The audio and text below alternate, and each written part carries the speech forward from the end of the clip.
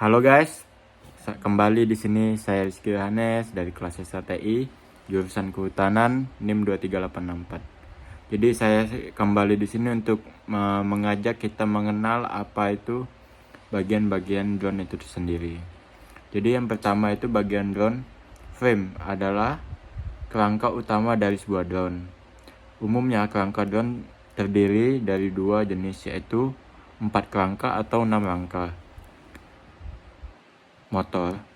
Pada jenis kerangka 4 motor, setiap motor saling terpasang menyerupai tanda plus atau tanda X itu sendiri. Drone 4 motor biasa memiliki panjang diagonal 450 atau 330 cm. Namun ada pula ukurannya yang lebih kecil. Terus yang kedua adalah motor. Motor itu menjadi salah satu bagian drone yang sangat penting. Kenapa? Karena untuk mendorong rotasi baling-baling dan komponen inilah yang meningkatkan kekuatan agar drone itu bisa terbang. Terus jumlah motor pada drone pasti selalu sama dengan jumlah baling-baling drone itu sendiri. Penggunaan motor harus sangat diperhatikan karena pada parameter arus dan tegangan, kecepatan, kekuatan, dorongan, dan efisiensinya sendiri. Ketiga, baling-baling. Baling-baling itu akan bergerak atas dorongan dari motor. Kerjasama antara motor dan baling-baling itu.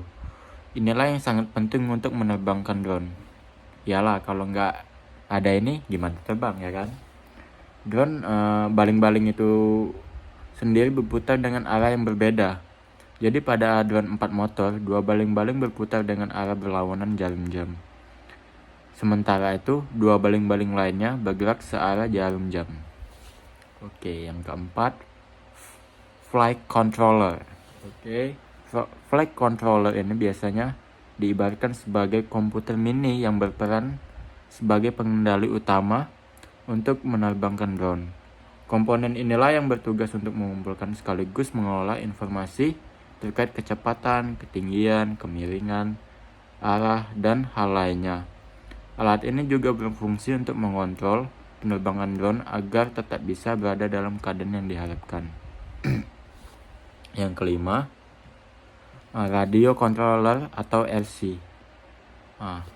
Radio controller ini untuk mengendalikan 4 motor dibutuhkan suatu pengendalian jarak jauh menggunakan frekuensi radio. Nah, pengendali inilah yang dinamakan dengan radio controller. Pengendali ini membutuhkan receiver sebagai penerima dan transmitter sebagai pemancar.